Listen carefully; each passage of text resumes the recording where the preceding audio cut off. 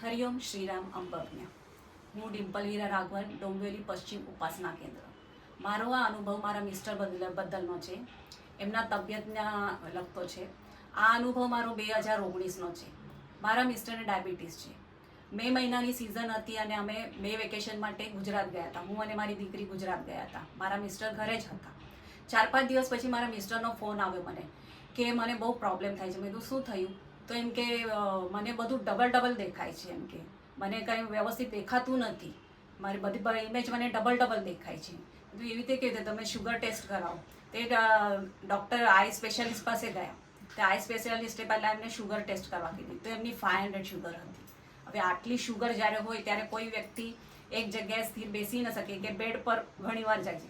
પણ મારા મિસ્ટર છે વ્યવસ્થિત રીતે, એટલે ખાલી એમને ચાલતી હોય એટલે એમને બધું ડબલ દેખાતું, પણ વ્યવસ્થિત રીતે પોતાનું બાકી રૂટીન કરી શકતા હતા. એટલે એમણે ત્યાં ચેકઅપ કરાવ્યો. તો ત્યાં ચેકઅપ કરાવ્યો તો આઈ સ્પેશિયાલિસ્ટે કહ્યું કે એમને MRI ને એવું કરાવવું પડશે અને આગળ તમારે પછી ટ્રીટમેન્ટ કરવી પડશે. તે ન્યુરોલોજિસ્ટ પાસે કરાવવી પડશે. એમ કે અમે કંઈ નહીં કરી શકીએ. તો મને ફોન આવ્યો મારા મિસ્ટરનો. તો મેં કીધું કે કંઈ વાંધો નહીં, હું આવું છું કરીને કાલે. અને ત્યારથી જ મેં બાપુનું નામ શરૂ કર્યું. મને બાપુ સંભાળી લેજો, હું ત્યાં નથી પણ તમે ત્યાં સંભાળી લો.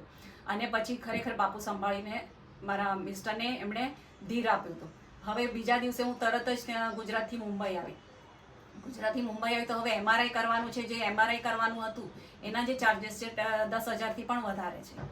તો હવે આટલા પૈસા તરત લાવવા ક્યાંથી? તો પછી અમે એકબીજાને ફોન કરીને એવી રીતે થર્ડ પર્સન પાસેથી અમારી કંઈક ઓળખાણ નીકળી ત્યાં લેબમાં. અને એ લેબમાં જવાનું હતું ને MRI કરવાનું હતું. એ પણ બાપુની જ કૃપા કે બાપુએ જ આ ઓળખાણ પણ કરાવી આપી. આટલા 1-2 દિવસમાં આટલું કરવું એટલે ઝટપટ બધી ટ્રીટમેન્ટ શરૂ થાય. અને પછી અમે MRI કરવા માટે ત્યાં ગયા. તો MRI કરવા માટે ગયા તો જે MRI કરવા માટે જે રૂમ છે ત્યાં મને પણ કીધું કે તમે પણ ત્યાં બેસો. અને પછી હું ત્યાં બેઠી અને કાનમાં પ્લગ લગાવ્યું હતું કારણ કે અવાજ બહુ હોય છે MRI મશીનનો. હવે મારા મિસ્ટર બહુ જ ટેન્શનમાં હતા કે શું હશે ને શું નહીં, કારણ કે ન્યુરોલોજિસ્ટે કીધું હતું કે કંઈક તો પ્રોબ્લેમ છે. એમ કે મોટો પ્રોબ્લેમ છે, એના લીધે તમને આવું ડબલ દેખાય છે. એમ કે કંઈક તો ન્યુરોલોજીનો જ પ્રોબ્લેમ છે. તો મેં મારા મિસ્ટરને કીધું કંઈ વાંધો નહીં, તમે બાપુનું નામ લેતા રહો. અને પછી હું ત્યાં બેઠી MRI રૂમમાં અને મેં કન્ટિન્યુ હું અનિરુદ્ધ ચાલીસામાં બોલતી હતી. MRI મશીનનો એટલો અવાજ હતો કે એ અવાજ આપણે પણ સહન ન કરી શકીએ. પણ મારા મનમાં તો અનિરુદ્ધ ચાલીસા જ ચાલુ હતું. અને અનિરુદ્ધ ચાલીસા હું બોલતી ગઈ અને MRIનો ટેસ્ટ થઈ. એના પછી અમે કીધું કે અમને અર્જન્ટ રિપોર્ટ જોઈએ છે, એટલે અમારે ટ્રીટમેન્ટ પણ અર્જન્ટ કરાવી છે. તો ત્યાં રેડિયોલોજિસ્ટ હતા. તો એમણે કીધું ઓકે ઠીક છે કે અમે આપીએ. પછી અમે 1 કલાક બેઠા અને પછી રિપોર્ટ્સ ખાલી ટેકનિશિયનના હાથમાં આવ્યા રિપોર્ટ. હવે આ ટેકનિશિયને કીધું કે એમ તો નોર્મલ લાગે છે, કંઈ પ્રોબ્લેમ નથી. તો મારા મિસ્ટર કે કેવી રીતે? ન્યુરોલોજિસ્ટ તો કહે છે કે પ્રોબ્લેમ છે. એમ કે ચાલ આપણે રેડિયોલોજિસ્ટ પાસે જઈએ અને એમને પૂછીએ. તો અમે રેડિયોલોજિસ્ટના અંદર કેબિનમાં ગયા અને પૂછ્યું મેડમ કે શું પ્રોબ્લેમ છે? એમ કે આમાં તો કંઈ લાગતું નથી, રિપોર્ટ તમારા બધા નોર્મલ લાગે છે. એમ કે પણ કદાચ તમને એડવાન્સ ટેસ્ટ કરવા માટે કહી શકે. હવે અમે પાછા ન્યુરોલોજિસ્ટ પાસે આવ્યા. હવે તે દિવસે જે MRI કરવાનું હતું એનું પણ અમને કન્સેશન મળ્યું. હવે એ જે વ્યક્તિ હતા તે અમને ડાયરેક્ટ કોઈ રીતે ઓળખતા નહોતા. થર્ડ પર્સનની ઓળખાણથી થયા હતા અને એ પણ પછી એમણે કન્સેશન આપીને 6,000માં અમારી એ ટેસ્ટ થઈ કે 10,000ના ઉપર જે હતી તે. એ પણ બાપુની જ કૃપા કે આટલી ઓળખાણ નીકળી અને એ પ્રમાણે ટેસ્ટના રિપોર્ટ નોર્મલ આવ્યા. પણ હજી મારા મિસ્ટરના મનમાં હતું કે નહીં ને આપણે પાછું કેમ કે જઈએ અને કરાવે. તો પછી બીજા દિવસે અમે પાછા ન્યુરોલોજિસ્ટ પાસે ગયા. તો એમણે એડવાન્સ MRI ટેસ્ટ કરવા કીધી. તો અમે એ એડવાન્સ કરવા માટે પાછા બીજે દિવસે ગયા. અને ત્યારે પણ હું બસ અનિરુદ્ધ ચાલીસા મારું ચાલુ જ હતું અને હું બોલતી જ હતી. મારા મિસ્ટરને કીધું કંઈ નહીં, વિશ્વાસ રાખો બાપુ પર, કંઈ પ્રોબ્લેમ નહીં હોય. અને એ ટેસ્ટ કરાવી તો એ ટેસ્ટના પણ રિપોર્ટ નોર્મલ આવ્યા. મારા મિસ્ટરને વિશ્વાસ આવતો નહોતો.